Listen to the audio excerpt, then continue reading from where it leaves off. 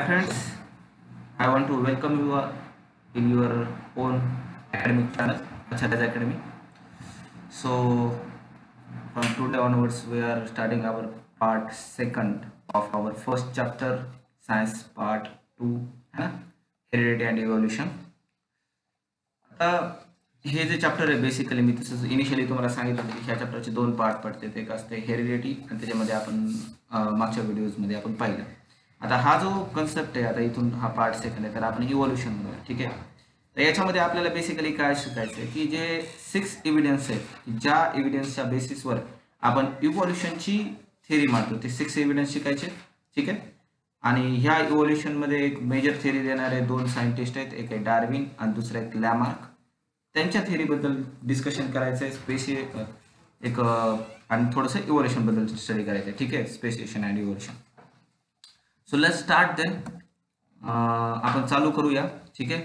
तर पहिलं जे कन्सेप्ट आहे, ठीक आहे, तर ते आहेत एव्हिडन्सेस ऑफ इव्होल्युशन. ठीक आहे. तर इव्होल्युशन ऑफ, आता इव्होल्युशनमध्ये स्टडी करण्यासाठी पहिले एव्हिडन्स ऑफ इव्होल्युशन बघायचं की म्हणजे कोणकोणत्या बेसिसवर आपण हे इव्होल्युशनचे इव्होल्युशनची थेरी प्रेझेंट करतो. हे टोटल 6 एव्हिडन्सेस आहेत. सो पहिला एव्हिडन्स आहे मॉर्फोलॉजिकल एव्हिडन्स, दूसरा एव्हिडन्स आहे एनाटॉमिकल एव्हिडन्स, तिसरा एव्हिडन्स आहे वेस्टिजियल ऑर्गन्स, चौथा एव्हिडन्स आहे पॅलेंटोलॉजिकल एव्हिडन्स, फिफ्थ आहे कनेक्टिंग लिंक अँड सिक्स्थ आहे एम्ब्रिओलॉजिकल एव्हिडन्स. हालाकी हे नावं तुम्हाला लक्षात ठेवायचे, यांच्या नावातच बऱ्याच काही इन्फॉर्मेशन आहे आणि खूप सोपे गोष्टी आहेत ह्या. ठीक आहे ना. आता लक्ष द्या. आपण फर्स्ट चालू करूया. फर्स्ट आहे मॉर्फोलॉजिकल एव्हिडन्स. तर हालाकी तुम्ही जर बघितलं की बुक्समध्ये असं खूप सारं गोष्टी लिहिलेल्या असतील, पण साधं सरळ मॉर्फोलॉजिकल एव्हिडन्स म्हणजे काय? मॉर्फोलॉजी म्हणजे काय? External appearance. ठीक आहे ना. सो मॉर्फोलॉजी म्हणजे काय? External appearance. तर आता तुम्ही इथं बघू शकता फॉर एक्झाम्पल. ठीक आहे. इथं आपल्याला तुम्हाला कोणकोणते हे दिसत आहेत, डायग्राम दिसत आहेत. इथं तुम्हाला एक डॉग दिसतोय, डॉगी दिसतोय. ठीक आहे. इथे एक शीप आहे आणि इथे एक काय वुल्फ आहे. ठीक आहे, किंवा कुत्रा, जे पण काय असेल. ठीक आहे. आता ह्यांचे काय आहे, तर ह्यांना 2 आईज आहेत.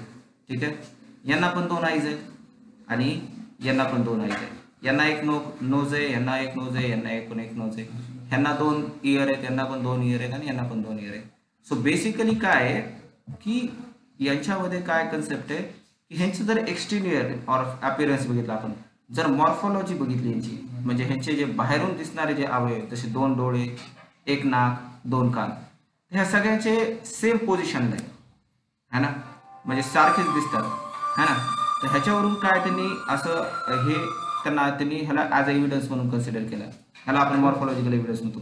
म्हणजे ह्याचा अर्थ या तिन्हीच्या जे डिफरंट स्पेसिस आहे, म्हणजे हा जो डॉग आहे, ही जी शीप आहे आणि हे जे पण ॲनिमल आहे, वुल्फ किंवा जे पण काय असेल, ठीक आहे, ते तिघांचं पण ओरिजिन काय असायला पाहिजे? सेम असायला पाहिजे. का सेम असायला पाहिजे? कारण की त्यांचा मॉर्फोलॉजिकल जी गोष्ट आहे ना, ती सेम आहे. ठीक आहे, लक्षात येते. आता हे जे खालचे जे प्लांट्स आहेत, तर प्लांट्समध्ये आपण ह्यांचे फ्रुट्स पाहतो, म्हणजे आतमध्ये सीड आहे, त्याला कवर्ड फूड आहे ना, सॉरी फ्रूट आहे. ठीक आहे. तसंच सेम हे पण फ्रूट तसंच आहे, हे पण फ्रूट तसंच आहे. याला पण ग्रीन लीफ आहेत, याला पण ग्रीन लीफ आहेत, याला पण ग्रीन लीफ आहे. ह्या लीफचं पण एक स्पेशल स्ट्रक्चर आहे, ह्या लीफचं पण एक स्पेशल स्ट्रक्चर आहे आणि ह्या पण लीफचं. सो बेसिकली ह्या तिन्ही प्लांट्स एक्सटर्नल अपीअरन्स काय किंवा मॉर्फोलॉजिकल अपीअरन्स काय सेम आहे. याचा अर्थ काय? हे तिन्ही प्लांट्स नाही का एका ओरिजिन पासून आले पाहिजे. हे अर्थ आहे सरळ मॉर्फोलॉजिकल एव्हिडन्सचा.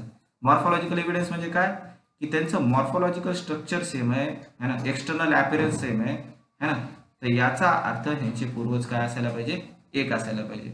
ठीक आहे. हे झालं मॉर्फोलॉजिकल एव्हिडन्स. आता दुसरं काय? अनाटॉमिकल एव्हिडन्स.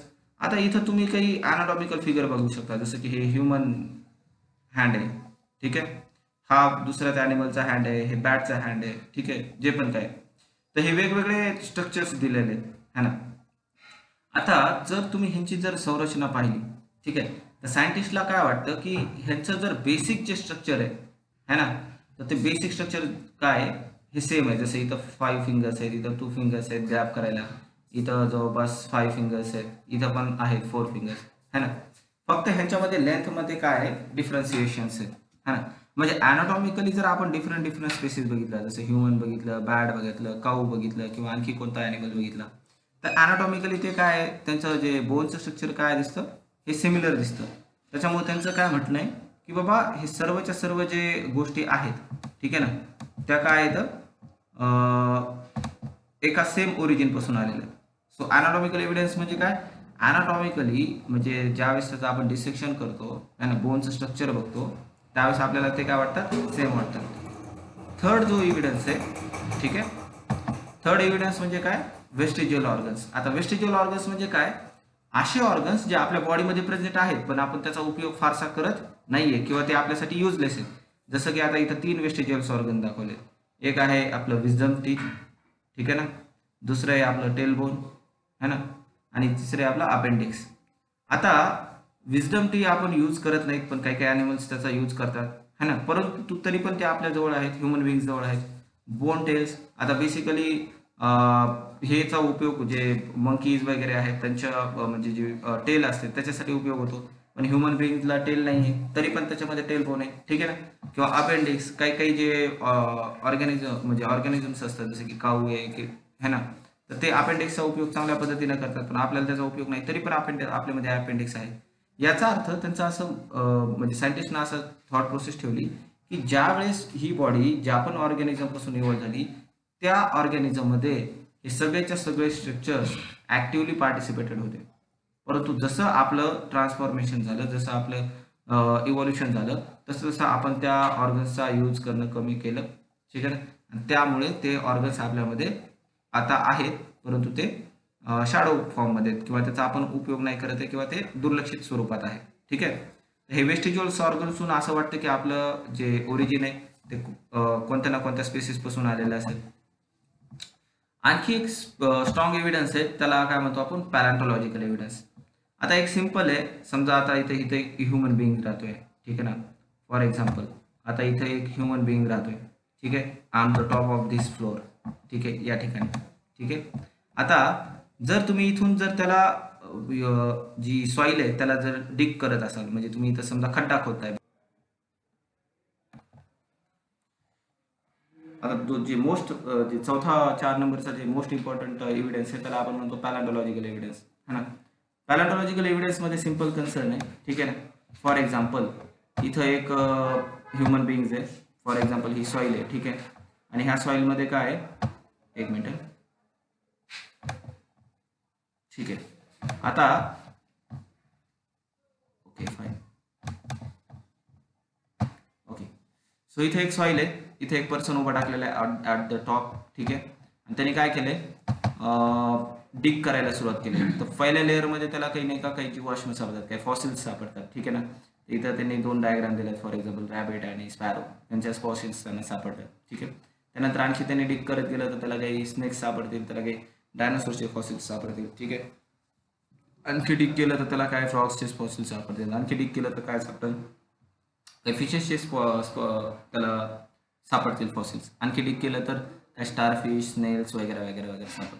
सो बेसिकली काय आहे तर त्यांचं असं कन्क्लुजन आहे की इनिशियल डेजमध्ये अशा प्रकारचे ॲनिमल्स अर्थवर, मदर अर्थवर राहत होते, ठीक आहे. त्याच्यानंतर अशा प्रकारच्या ॲनिमल्सपासून काही ॲनिमल्स इव्हॉल्व झाले, है ना.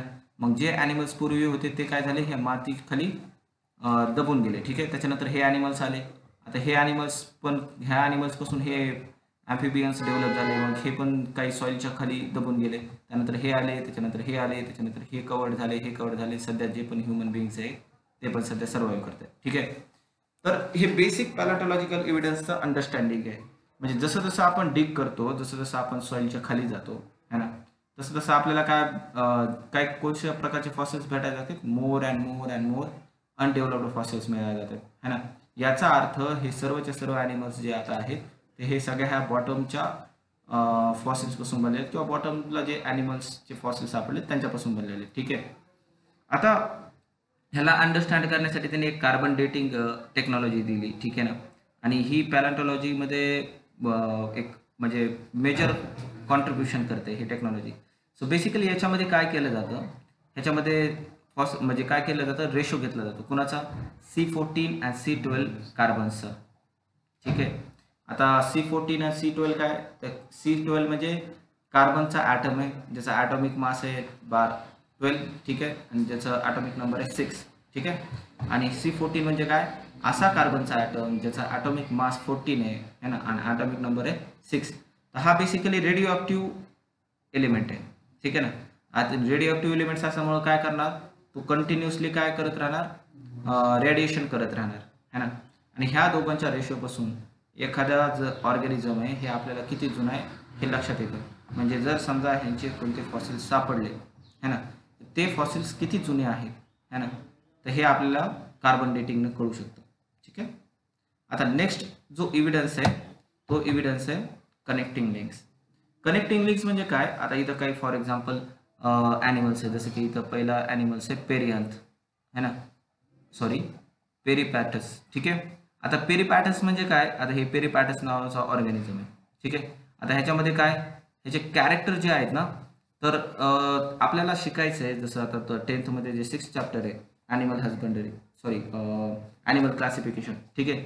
तर त्या चॅप्टर्समध्ये आपल्याला शिकायचं आहे की वेगवेगळ्या ॲनिमलचे क्लासिफिकेशन कसे. आता जर आपण त्याच्यामध्ये आता जसं आपण सध्या ब्रॉडली कसं क्लासिफाय करू शकतो ह्युमन बिईंग्सला, की काही लोक आफ्रिकन आहे समजा फॉर एक्झाम्पल, ठीक आहे, किंवा काही लोक अमेरिकन्स आहे, ठीक आहे. अमेरिकन्स समजा फॉर एक्झाम्पल खूप व्हाईट कलरचे आणि आफ्रिकन्स फॉर एक्झाम्पल खूप ब्लॅक कलरचे, ठीक आहे. हे झालं एक्सटर्नल आणि जस्ट क्रॉस लेवलचं क्लासिफिकेशन है ना. पण त्यांना असे काही ॲनिमल्स सापडले ना, ते टोटली व्हाईट आहेत ना ते टोटली ब्लॅक आहेत, ते इंटरमिडिएट आहे है ना.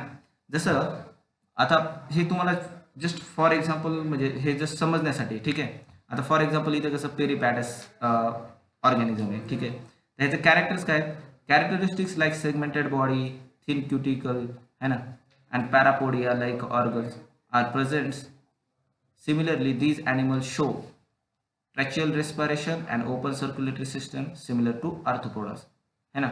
म्हणजे बेसिकली जे थिन क्युटिकल असणं, सेगमेंटेड बॉडी असणं, ठीक आहे, किंवा पॅरापोडिया असणं, ठीक आहे ना, हे कुणाचे ॲनिलिडाचे कॅरेक्टरिस्टिक्स आहे. तर हे सगळे सगळे कॅरेक्टरिस्टिक्स ह्याच्यामध्ये आहेत. पण जे कॅरेक्टरिस्टिक्स ऑर्थोपोडामध्ये सापडतात, कोणते ट्रचियल रेस्पिरेशन म्हणा किंवा ओपन सर्क्युलेटरी सिस्टम म्हणा, हे पण आहेत. म्हणजे हे ॲनिलिडियामधले पण काही कॅरेक्टरिस्टिक दाखवतो आणि ऑर्थोपोडामधले पण काही कॅरेक्टरिस्टिक दाखवतो. ॲनिलिडा हे क्लास आहे, जसं मी तुम्हाला म्हणलो ना आफ्रिकन, ठीक आहे. तर आफ्रिकन लोकांचं एक कॅरेक्टरिस्टिक्स काय की ते ब्लॅक आहे फॉर एक्झाम्पल, ठीक आहे. आणि ऑर्थोपोडा पण एक क्लास आहे, जसं मी तुम्हाला म्हणलो ना अमेरिकन, ठीक आहे. हे जस्ट फॉर अंडरस्टँडिंगसाठी असं नाही आहे, ठीक आहे. पण हा जो ॲनिमल आहे हा ॲनिमल काय करतो, काही कॅरेक्टरिस्टिक्स ॲनिलिडामधले दाखवतो आणि काही कॅरेक्टरिस्टिक्स ऑर्थोपोडामध्ये. म्हणजे हा धड ॲनिलिडामध्ये पण मोडत नाही आणि धड ऑर्थोपोडामध्ये पण मोडत नाही, मध्येच कुठेतरी आहे. तर ह्यांचं कन्सर्न काय आहे, सायंटिस्टला काय वाटलं की बाबा ठीक आहे ॲनिलिडामधून ऑर्थोपोडामध्ये डेव्हलपमेंट होताना काही ऑर्गॅनिझम तसेच राहिले, म्हणजे ते पूर्णपणे ऑर्थोपोडामध्ये कन्वर्ट झालेले नाही आहेत. याचा अर्थ ऑर्थोपोडामध्ये जेवढे बी ऑर्गॅनिझम्स आहेत ते सगळेच्या सगळे ॲनिलिडामधून इव्हॉल्व्ह झालेले आणि काही अशा कनेक्टिंग लिंक सोडून गेलेत है ना, पेरिपॅथस सारख्या, जेणेकरून आपण त्यांना अंडरस्टँड करू शकू है ना. जसं की आता हे डक बिल आहे, ठीक आहे. ह्याचं काय कन्सेप्ट आहे, हे ले एग्ज लाईक रेप्टाईल्स, म्हणजे जसं रेप्टाईल्स असतात स्नेक्स वगैरे, ते जसं एग म्हणजे विड्रॉ करतात, ठीक आहे, तसं हे एग विड्रॉ करतात, ठीक आहे. But shown relationship with mammals due to the presence of mammary glands and hairs. परंतु सायमल्टेनियसली ह्या डक बिलला हेअर्स पण असतात आणि मॅमरी ग्लँड्स पण असतात, ठीक आहे ना, जे की कुणामध्ये असतात, मॅमल्समध्ये असतात, ठीक आहे. नॉर्मली रेप्टाईल्समध्ये अशा गोष्टी नसतात. म्हणजे याचा अर्थ हा अर्धा रेप्टाईल आहे आणि अर्धा मॅमल्स आहे. किंवा असं म्हणू शकता, काही सायंटिस्ट असं म्हणू शकतात की रेप्टाईल्सपासून ज्यावेळेस मॅमल्स डेव्हलप होत होते त्यावेळेस डकबिल सारखे काही ॲनिमल्स राहिले जे पूर्णपणे ना मॅमल्स बनू शकले, ठीक आहे, ना पूर्णपणे ते ना रेप्टाईल्स राहिले, ठीक आहे. तर ॲज अ कनेक्टिंग लिंक म्हणजे ह्या दोघांमधली कनेक्टिंग लिंक म्हणून हे ॲक्ट करतात. तसंच लंग फिश आहे, ठीक आहे. तर हे पण ॲम्फिबियाचं आणि फिशेसचं कॉम्बिनेशन आहे, ठीक आहे ना, तुम्ही याला वाचू शकता. हे रेस्पिरेशन विथ लंग्स करतात, ठीक आहे, लक्षात येते, ओके, जे की बेसिकली ॲम्फिबियन्सचं काम आहे, ठीक आहे. सो बेसिकली हे सगळेच्या सगळे ना धड एका क्लासमध्ये मोडतात ना दुसऱ्या क्लासमध्ये मोडतात, हे दोघांचं काय कॉम्बिनेशन आहे, ठीक आहे. तर हे झालं कनेक्टिंग लिंक, ठीक आहे. आता आपण नेक्स्ट पाहूया सगळ्यात शेवटचा एव्हिडन्स, आणि ह्या एव्हिडन्सचं नाव आहे एम्ब्रिओलॉजिकल एव्हिडन्स. म्हणजे सायंटिस्टनं काय केलं, काही काही ॲनिमल्सचे एम्ब्रिओलॉजिकल डेव्हलपमेंट स्टडी केली. जसं की त्यांनी फिश घेतलं फॉर एक्झाम्पल, किंवा सॅलॅमेंडर घेतलं, किंवा टॉर्टॉइस घेतलं, किंवा चिकन म्हणजे जे हेन्स आहेत, किंवा ठीक आहे त्यांचं त्यांचं एम्ब्रिओ घेतला, पिगचा घेतला, काऊचा घेतला, किंवा रॅबिटचा घेतला, किंवा मॅनचा घेतला. तर बेसिकली ज्यावेळेस इनिशियल डेजचं यांचं जे एम्ब्रिओलॉजिकल डेव्हलपमेंट होती ती जर आपण स्टडी करायचा प्रयत्न केला तर इनिशियल डेजची डेव्हलपमेंट एकदम सेम दिसते है ना. मग जसं जसं ह्यांची डेव्हलपमेंट वाढते तसं तसं त्यांच्यामध्ये चेंजेस येतात, आणि ज्यावेळेस भ्रूण तयार होतो म्हणजे एम्ब्रिओ तयार होतो त्यावेळेस मात्र ते टोटली एकमेकांपासून डिफरंट झालेले असतात. परंतु इनिशियल डेजमध्ये त्यांची एम्ब्रिओलॉजिकल डेव्हलपमेंट सेम होत असते. तर त्यांचं असं म्हणणं आहे, सायंटिस्ट असं म्हणणं आहे की हे एम्ब्रिओलॉजिकल इव्हिडन्स आहे की सर्वच्या सर्व ॲनिमल्स एका सेम ओरिजिनपासून आलेले असतील. ठीक आहे. तर हे 6 एव्हिडन्स आहेत ज्याच्यावरून जे डिफरंट सायंटिस्ट आहेत त्यांना वाटतं की इव्होल्युशन झालं असावं. पहिलं काय, मॉर्फॉलॉजिकल एव्हिडन्स, म्हणजे एक्सटर्नली बरेचसे ॲनिमल्स काय दिसतात, सेम दिसतात, त्याच्यामुळे त्यांना असं वाटतं की ही सर्वच्या सर्व एकाच ओरिजिनपासून आलेले असतील. दुसरं काय, ॲनाटॉमिकल एव्हिडन्स, म्हणजे ज्यावेळेस आपण ॲनिमलची ॲनाटॉमी स्टडी करतो, म्हणजे ज्यावेळेस त्यांना कट करून आतमध्ये डिसेक्शन करून त्यांचं ज्यावेळेस स्ट्रक्चर्स स्टडी करतो त्यावेळेस काही काही स्ट्रक्चर्स आपल्याला सिमिलर दिसतात वेगवेगळ्या ॲनिमल्समध्ये. यावरून पण आपल्याला असं म्हणजे काही सायंटिस्टला असं वाटतं की ते एकाच ओरिजिनपासून असतील. वेस्टिजियल ऑर्गन्स, म्हणजे ह्युमन बिईंग्समध्ये काही काही ऑर्गन्स असे आहेत की जे की आपण बिलकुल यूज करत नाही आपल्या डेली लाईफमध्ये, तरी पण ते आपल्या बॉडीमध्ये, जसं की विजडम टीथ आहे किंवा अपेंडिक्स आहे ना. तर ठीक आहे. तर हे ऑर्गन्स किंवा एअर पिन आहे, तर हे सगळेचे सगळे ऑर्गन्स काय आहेत, काही काही ॲनिमल्समध्ये खूप युजफुल आहेत. याचा अर्थ आपण ते ॲनिमल्समधून ह्युमनमध्ये कन्वर्ट होताना ते झालेलं आहे. ठीक आहे. फोर्थ आहे पॅलेंटॉलॉजिकल एव्हिडन्स, जसं जसं आपण डिग करतो तसं तसं आपल्याला डिफरंट फॉसिल्स सापडतात, आणि जसं जसं आपण खाली जातो तसं तसं आपल्याला लोअर ॲनिमलचे फॉसिल्स सापडतात. याचा अर्थ आपण त्या ॲनिमल्सपासून आतापर्यंत डेव्हलप झालेलो आहे.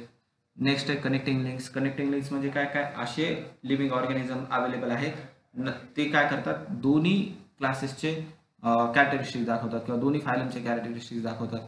म्हणून असं वाटतं की एका फायलमपासून दुसरा फायलम डेव्हलप होत असताना हे कनेक्टिंग लिंक्स तसेच राहिलेले आहेत. आणि सगळ्यात शेवटचा एव्हिडन्स आहे, ठीक आहे, ज्याला आपण म्हणतो एम्ब्रिओलॉजिकल एव्हिडन्स. जर आपण सगळ्यांची एम्ब्रिओलॉजी स्टडी केली तर आपल्याला आढळून येतं की ते सगळेच्या सगळे एकाच प्रकारे डेव्हलप होत आहेत. ठीक आहे. आता आपण पाहूया Darwin's theory of natural selection. हालांकी ह्याच्याबद्दल बरंचसं डिस्कशन केलं जाते, डार्विनला बरंचसं वेटेज दिलं जाते. ठीक आहे. त्याचं एक ओरिजिन ऑफ स्पेसीज नावाचा बुक आहे, त्याच्यामध्ये त्यांनी त्याची थेरी प्रेझेंट केली. पण डार्विनची एक सिम्पल थेरी आहे है ना. डार्विन काय म्हणतो, only those organism which are fit to live and the rest perish. म्हणजे सर्वायवल ऑफ द फिटेस्टची त्याची थेरी आहे. म्हणजे जो सगळ्यात जास्त स्ट्रॉंग आहे तो सर्वाईव्ह करतो आणि बाकीचे काय होतात, नष्ट होतात. ही डार्विनची सिंपल थेरी आहे. जो स्ट्रॉंग आहे, जो एकदम वेल डेव्हलप्ड आहे, एकदम वेल फिट आहे, तो सर्वाईव्ह करतो आणि बाकीचे ऑर्गॅनिझम नष्ट होतात. ही सिंपल थेरी डार्विननं मांडली. ठीक आहे. हालांकी ह्याला बरेचशा लोकांनी चॅलेंज दिलेले आहे, ह्याला म्हणजे ह्याला नष्ट पण केलेली आहे थेरी. ठीक आहे. तरी पण ही इव्होल्युशनची सगळ्यात बेस्ट थेरी समजली जाते, ह्यांना आणखी वेटेज आहे. ठीक आहे. सिंपल थेरी आहे, डार्विनबद्दल जास्त कन्फ्यूज व्हायचं नाही. सिंपल थेरी आहे. ते काय म्हणतो, only those organism which are fit to live and the rest perish. म्हणजे जे सगळ्यात जास्त फिट असतात ते सर्वाईव्ह करतात आणि बाकीचे काय होतात, डिस्ट्रॉयड होतात. ठीक आहे. Is that clear. सिंपल आहे डार्विनची थेरी. आणि नेक्स्ट जी थेरी आहे, ठीक आहे, ही आहे थोडीशी इंटरेस्टिंग थेरी आहे. इंटरेस्टिंग इन द सेन्स थोडंसं तुम्हाला लॉजिकल वाटणार नाही, पण ही आहे थेरी. त्याला आपण म्हणतो लॅमार्किझम. म्हणजे डार्विनच्या बेसिसवर लॅमार्किझमनं ही थेरी प्रेझेंट केलेली आहे. आता पहिले तर आपण वाचून घेऊ काय म्हणतात.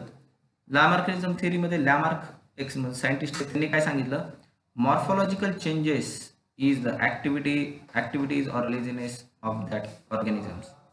He called these concepts as principle of use or disuse of organ. आता माफ करा, परंतु ही थोडीशी विचित्र थेरी वाटू शकते काही जणांना. म्हणजे ह्याचं प्रिन्सिपल काय, use or disuse of organs. आता सायंटिस्टनं तर सांगितलं की बाबा ओरिजिन ऑफ लाईफ म्हणजे ह्यू ह्युमन बिईंग्स मंकीजपासून अराईज झालेले आहेत किंवा आपण युनिसेल्युलर सेलपासून डेव्हलप झालेलो सगळे. पण त्याला काही असं आतापर्यंत तरी काही प्रूफ नाही सापडला आहे किंवा त्याला हे सर्वचे सर्व थेअरी आहेत ठीक आहे ना, प्रेझेंट केलेलं आहे. डार्विनिझम म्हणा किंवा लॅमार्किझम म्हणा. आता फॉर एक्झाम्पल आता लॅमार्क कसं एक्सप्लेन करतो जिराफ कसं इव्हॉल्व झाले, तर सिम्पल त्याची थेअरी ते काय म्हणतो की बाबा इनिशियल डेजमध्ये काय होतं, काही डिअर्स होते म्हणजे काही हरिण होते ठीक आहे, आणि ते काय करायचे पाला खायचे झाडांचा ठीक आहे. तर पाला खाता खाता त्यांनी हळूहळू मान वर करायला सुरुवात केली है ना. मग वरचा पाला संपला, मग त्यांनी आणखी थोडी मान वर केली, मग आणखी पाला संपला ठीक आहे, झाडाचा पाला संपला, मग त्यांनी आणखी मान वर केली ठीक आहे. असं करत करत करत काय झालं, म्हणजे हरिण जे होतं ते जिराफमध्ये कन्वर्ट झालं. ही लॅमार्किझम आहे बरं का. का? कारण की ती डिअरनं काय केलं, त्याच्या जी नेक होती त्याचा मॅक्सिमम यूज केला म्हणून ती वाढली ठीक आहे. सेम डकच्या बाबतीत त्यांचं काय म्हणणं आहे की बाबा डक काय केले, त्याचे पाय घेऊन ते म्हणजे त्याचे जे लेग्स आहेत ते घेऊन तो वॉटरमध्ये उतरला, मग त्याच्यामध्ये जास्तीत जास्त तिथं त्यांनी मुवमेंट करायला सुरुवात केली, मग त्याचे लेग्सचा जे शेप होता तो चेंज झाला, मग त्याला पडदे तयार झाले जेणेकरून तो चांगले स्विम करू शकत, समथिंग लाईक दिस. का? कारण की त्याचा मॅक्सिमम यूज करत होता तो लेग्सचा यूज ऑर डिस. आता डिसयूजचं काय एक्झाम्पल सांगता येईल, स्नेक्स फॉर एक्झाम्पल. म्हणजे स्नेक्सना पहिले पाय होते पण तो डिग करत होता, मग त्यांना बिळातून इकडे तिकडे जावं लागायचं, त्याच्यामुळे त्याचे जे लेग्स होते ते डिसअपिअर झाले. का? कारण की डिसयूज ऑफ ऑर्गन्स. सो अशा फुलिश म्हणजे असं सो कॉल्ड लॉजिक लॅमार्किझमचं आहे ठीक आहे. त्यामुळे मी पहिले सांगितलं हे थोडंसं तुम्हाला काही जणांना समजायला थोडंसं अनकम्फर्टेबल वाटेल, but it's a Lamarckism theory है ना. त्याचं काय, morphological changes are activities or laziness of the organism. जर एखाद्या ऑर्गॅनिझमनं ॲक्टिव्हिटी जास्त दाखवली तर त्याचं डेव्हलपमेंट होईल, त्याचे चेंजेस होतील, आणि जर त्याने लेझिनेस दाखवलं तर त्याचे ऑर्गन डिसयूज होते ठीक आहे. तर त्याचं म्हणणं आहे की ह्युमन बिईंग्सनं विजडम डिसयूज म्हणजे यूज नाही केले किंवा जे टेल बोन आहे त्याचा यूज नाही केला, त्याच्यामुळे ते निघून गेले, टेल निघून गेलेले, इज दॅट समथिंग लाईक दिस ठीक आहे. सो इट्स ऑल्सो, आता ही थेअरी लॅमार्किझमला पण कट केलेलं आहे ठीक आहे, ह्या थेअरीला पण ब्रेक केलेलं आहे. ही लिमिटेशन्स आहेत ह्या थेअरीचे खूप सारे, पण आपल्याला लिमिटेशन त्याचे स्टडी पण नाही. डार्विनच्या थेअरीचे पण खूप सारे लिमिटेशन्स आहेत, पण ते पण आपल्याला स्टडीला नाही आहेत. आणि लॅमार्किनिझमचे पण खूप, म्हणजे हे जे म्हणतात लिमिटेशन ह्याचा अर्थ ह्यांनी जी पण थेअरी प्रेझेंट केलेली आहे ही खोटी थेअरी आहे ना असं. ते सगळे ICSE 10th ICSE आहेत बेसिकली. सो मी आता काही ते एक्सप्लेन करत नाही इथं. तुम्ही इथं फक्त इथं एवढं समजून घ्या, लॅमार्किनिझम म्हणजे काय, use or disuse of organs. जर ऑर्गन्स यूज केले तर ते डेव्हलप होतील, डिसयूज केले तर ते नष्ट होतील किंवा पेरिश होतील. त्यानंतर एक छोटासा कन्सेप्ट आहे स्पेशिएशनचा. The formation of new species of plants and animal is the effect of evolution ठीक आहे. त्यांचं म्हणणं काय की जे नवीन नवीन स्पेसीज होतात प्लांटचे किंवा ॲनिमलच्या, ते कशामुळे होतात, इव्होल्युशनमुळे होतात. Species is the group of organism that can produce fertile individual through natural reproduction. तर त्यांचं म्हणणं आहे की बाबा स्पेसीज म्हणजे काय की बाबा अशा प्रकारचे ऑर्गॅनिझम्स आहेत है ना, की ते काय एकमेकांसोबत नॅचरली रिप्रोडक्शन होऊन नाही का नवीन ऑर्गॅनिझम तयार करू शकतात. जसं की ह्युमन बिईंग्स आहेत, ह्युमन बिईंग्स एकमेकांमध्ये नॅचरली रिप्रोडक्शन कॅरीड आउट करून नाही का एक नवीन ऑर्गॅनिझम तयार करू शकतात. तर ह्युमन एक झाली स्पेसीज है ना. जसं मंकी आहे किंवा डॉगी आहे, तर मंकी काय आहे, त्यांच्या स्पेसीजमध्ये नॅचरली रिप्रोडक्शन करून न्यू मंकीची डेव्हलपमेंट करू शकतात. सो स्पेसिएशन म्हणजे काय, आणि ह्या सगळ्याच्या सगळ्या स्पेसीज काय नॅचरली म्हणजे त्यांचं म्हणणं की इव्होल्युशनला तयार झालेलं आहे ठीक आहे. सो स्पेसीज कळत आहे, स्पेसीज सिम्पल आहे जे नॅचरली रिप्रोडक्शन करून न्यू इंडिव्हिज्युअल तयार करू शकतात, त्यांना आपण स्पेसीज म्हणतो किंवा स्पेसिएशन ठीक आहे.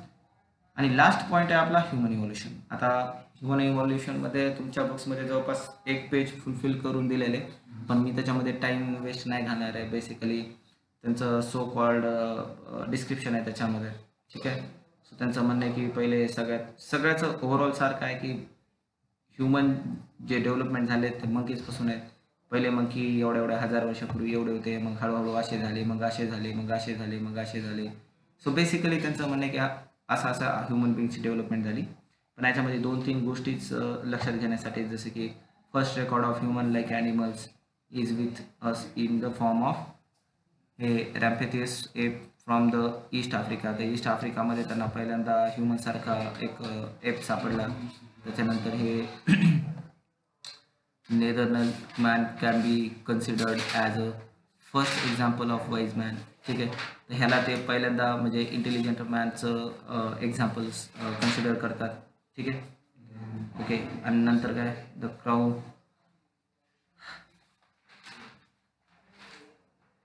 ठीक आहे. आणि नंतर काय द क्रो मॅग्नो मॅन. ठीक आहे. सो बेसिकली काय हे 2-3 नाव आहेत आणि ह्युमन इव्हॉल्युशनमध्ये त्यांनी एक ओव्हरऑल कन्सिडरेशन दिले की बाबा हे सगळेच्या सगळे जे ह्युमन्स आहेत ते कशापासून डेव्हलप झालेले, ह्या सिम्पल एका मंकीजपासून डेव्हलप झालेले आहेत. आणि मग त्यांनी मग त्याचं काय म्हणतात त्यांना 10,000 वर्षापूर्वी 5,000 वर्षापूर्वी समथिंग लाईक असं त्यांनी त्याचं डिस्क्रिप्शन दिलेलं आहे. सो तुम्ही हे ह्युमन इव्हॉल्युशन माझी अशी इच्छा की तुम्ही वाचून घ्यावं. ठीक आहे. याच्यामध्ये जास्त एक्सप्लेनेशन करण्यासारखं नाही आहे किंवा मला थोडंसं हे बोर होतं हे एक्सप्लेनेशन करायला. ठीक आहे. कारण की याच्यामध्ये कंटेंट नाही आहे किंवा काही असं एक्सप्लेन करण्यासारखी काही गोष्ट नाही आहे. ठीक आहे. So I hope you understand this particular topic. तरी पण तुम्हाला ह्या टॉपिक्समध्ये काही हालाकी ह्याच्यामध्ये काही जास्त कन्सेप्च्युअल किंवा अंडरस्टँडिंगसाठी नाही आहे जसं की फर्स्ट पार्टमध्ये होतं. ठीक आहे. ह्याच्यामध्ये एक सिम्पल 6 एव्हिडन्स आहेत जे की एक्सटर्नली आपण पाहू शकतो. ठीक आहे. मॉर्फॉलॉजिकल म्हणजे एक्सटर्नल ॲपिरन्स त्यांचा सेम आहे, याचा अर्थ ओरिजिन सेम असेल. ॲनाटॉमिकल ॲपिरन्स सेम आहे, याचा अर्थ त्यांचा ओरिजिन सेम असेल. काही ऑर्गन्स आहेत आपल्यामध्ये जे आपण यूज नाही करत आहेत है ना. सो याचा अर्थ ते काही ना काहीतरी स्पेसिसमध्ये यूज होतात. तर आपण त्या स्पेसिसपासून बनलेलो समथिंग लाईक धिस. हे जसं जसं आपण डीक करू तसं तसं आपल्याला काही युनिसेल्युलर ऑर्गॅनिझम्स फाइंड आउट होतात. सो याचा अर्थ ते पहिले होते आणि आपण आता नंतर आहोत. हे काही कनेक्टिंग लिंक्स त्यांना सापडल्यात. हे काही एम्ब्रिओलॉजिकल एव्हिडन्स आहेत. सिम्पल डार्विनची theory survival of the fittest म्हणजे सगळ्यात जो स्ट्रॉंग असेल तो सर्वाईव्ह करेल, बाकीचे नष्ट होतील. लॅन मेकॅनिझम सिम्पल सांगतो की जे जास्त ऑर्गन यूज करतात ते डेव्हलप होतात, जे ऑर्गन यूज नाही होते ते नष्ट होतात. स्पेसिएशन म्हणजे काय, जे नॅचरल रिप्रोडक्शन करून न्यू ऑफस्प्रिंगला तयार करू शकतात. ठीक आहे. आणि ह्युमन इव्हॉल्युशन स्पेस बेसिकली